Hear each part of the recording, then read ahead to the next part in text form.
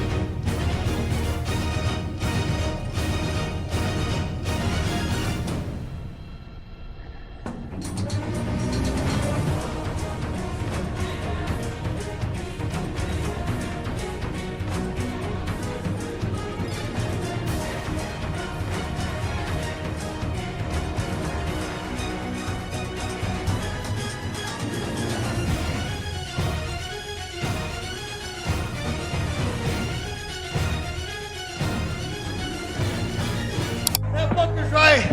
Scousers do not get knocked. That Scouser does not get knocked out. I'm a Scouser. We don't get knocked out. We don't get knocked out. I take that all day. Hold up. My God. What a fucking gangster.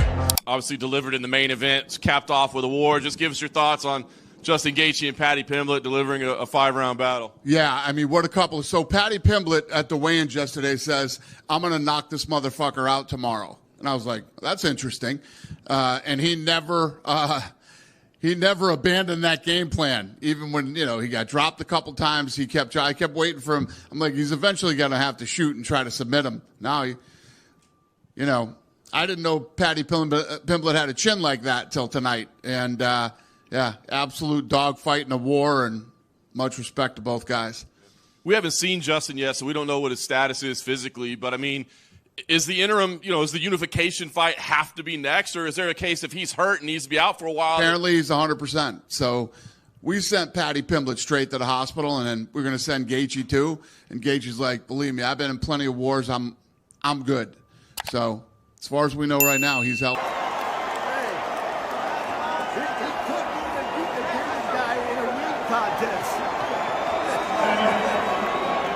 Now that the fight between Paddy Pimblett and Justin Gaethje is over, fans are talking about how it actually played out compared to what the experts predicted. Before the fight, some analysts thought Paddy's dynamic style would control the action, while others believed Justin's sharp striking and patience would give him the advantage. Let's see what the experts said and how their predictions matched the fight. Tim Welch focused more on what happened before the fight ever touched the ground. He saw Justin as someone who damaged people early and often. The calf kicks were not just something he threw, they changed how opponents moved and stood. Once legs were compromised, Justin's hands became even more dangerous.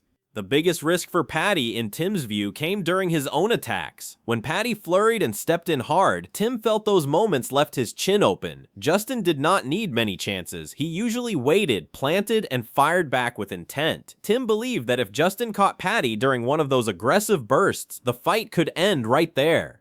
There. You saw him do it to Michael Chandler. He's taken on the highlight, Justin Gaethje. Gaethje. 26 wins, 5 losses, 20 KOs. The dude fucking KOs people. Early on, he'd calf kick the fuck out of people. He'd calf kick people where they couldn't take it anymore. He had many TKOs from calf kicks alone. The guy is just a dense fucking ball of muscle, built for fighting, 37 years old now. He's crumpled people with his left hook. He's crumpled people with his right hand. Paddy Pimblett is going to have to be very careful flurrying, throwing his flurries on Justin Gaethje. Justin Gaethje will sit down and rip a left hook, or sit down, drop his head, and launch a right hand. That's Justin Gaethje's ways to win. He could KO Paddy. As things dragged on, Tim leaned slightly toward Paddy because of how the fight might change. Longer fights often became scrambles, and scrambles favored Paddy. If Justin ended up on his back, Tim felt it turned into a long and exhausting night. That said, Tim did not treat it like a safe pick. He broke it down as a close fight where one clean shot could flip everything, but overall, he felt Paddy found his win more often than Justin did. I'd love to see fucking Justin Gaethje with the title around his waist. He earned it. Justin Gaethje's fought all these fucking monsters his whole goddamn career. Edson Barbosa, Donald Cerrone, Eddie Alvarez, Dustin Poirier, Khabib, Michael Chandler, Charles Oliveira, Fiziev twice, Dustin Poirier again, Max Holloway. Like, holy shit. He's fought the elite. So I'd love to see Justin Gaethje get it done. If I had to put, fuck, this is hard. If someone gave me $10,000 to bet with and they said, hey, put it on who you think's going to win. God. I'm going to say 60-40. 60-40. 40% chance that Justin Gaethje knocks Paddy Pimblett out. Hits him on his chin. When Paddy Pimblett's flurrying, hits him right on his fucking, hits him right on the scouser chin, bunk, gets dropped.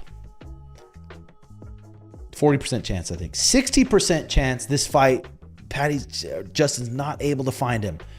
It's a little bit, it's like a spastic, weird style. He's not able to find his chin. Paddy Pimblett, if Paddy Pimblett puts him on his back, it's going to be a long night for Justin Gaethje. When Teddy Atlas talked about Justin, he focused less on violence and more on control. He believed Justin needed to fight smart by moving, boxing, and creating angles instead of standing in front of Paddy. Teddy also pointed out how much Paddy changed over the last couple of years. He felt Paddy looked stronger, more settled, and more confident in who he was as a fighter. His striking improved, but Teddy noticed that Paddy still chose to stand and trade when he did not need to. Younger. Will youth be served with Pimblett? Maybe. Gaethje, experience, good striker. He's well-rounded everywhere.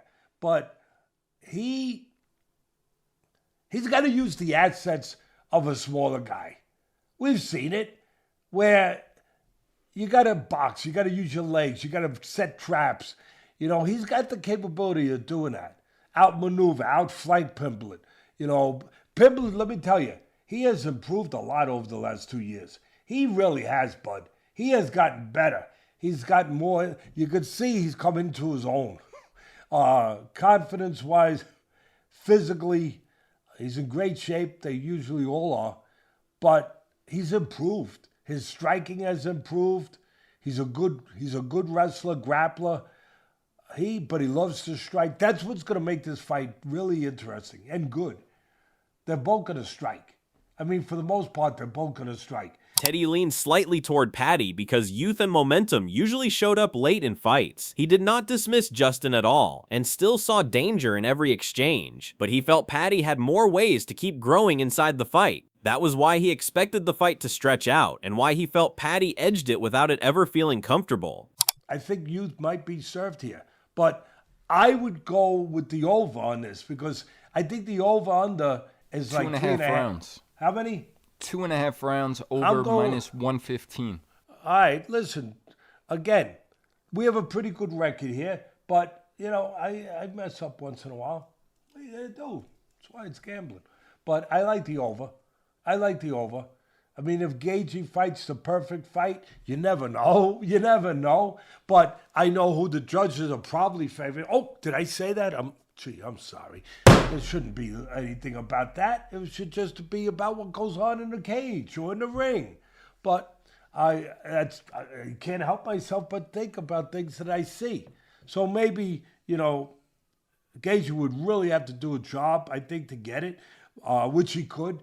But I think I probably favor Pimblett a little bit. But at the end of the day, if I had to put my bucks down, Max Holloway felt that if Paddy could take Justin's shots without breaking, the fight could swing fast. He believed Paddy had the ability to hurt Justin during exchanges and then turn that moment into control, either by taking the back or forcing a scramble. At the same time, he felt Justin only needed one clean moment because his power changed fights instantly. Max described Justin as someone who did damage with everything, punches and kicks, and once those landed clean, the fight could end before Paddy found any rhythm. And with Paddy, if he can eat it, I can see Paddy catching Gaethje and maybe almost like a Oliveira fight, catch Gaethje, hurt Gaethje wobble, and then get to Gaethje's back or something, maybe sub him. You know what I mean? Like Paddy is very well rounded. He out wrestled wrestlers, he out grappled grapplers. He stands with you. He doesn't care. He throws. Everybody's be like his chin is in the air. He takes shots, yeah. He takes shots and he still walk forward. How long will that last? We don't know. And that's the question I have to this fight. Or what his reaction is gonna be when Justin Gaethje catches him. Because Justin Gaethje punches like a truck, he kicks like a freaking donkey. And Merab treated the fight like a true coin flip. He saw two clear paths and nothing in between. Either Justin broke Paddy with damage, or Paddy survived long enough to turn the fight in his favor. For Max, the winner came down to who handled pain better, not skill alone, and that uncertainty was what made the fight worth watching. I said for me, this is a flip up, bro. I'm not surprised if any of these guys win, because I can see two clear paths to these guys winning. I can see Gaethje catching Paddy, putting him down, finishing him. Then I can see Pimblett catching Paddy, Pimblett catching Gaethje, maybe knock him out or hurt him enough to where he can get a submission. I think so. Paramount, the UFC did a really great really great job with putting this first Paramount card together. From the main card, the first main card fight to the main event is sick. It's gonna be action packed, and you fans are gonna love it. The new fans are gonna love it. I mean, Gaethje is just violence. Paddy Pimblett doesn't run away from violence. It's gonna be a fun fight. Like I said, I don't know who to choose. I'm not choosing no one. I see both guys. I think this is a coin flip.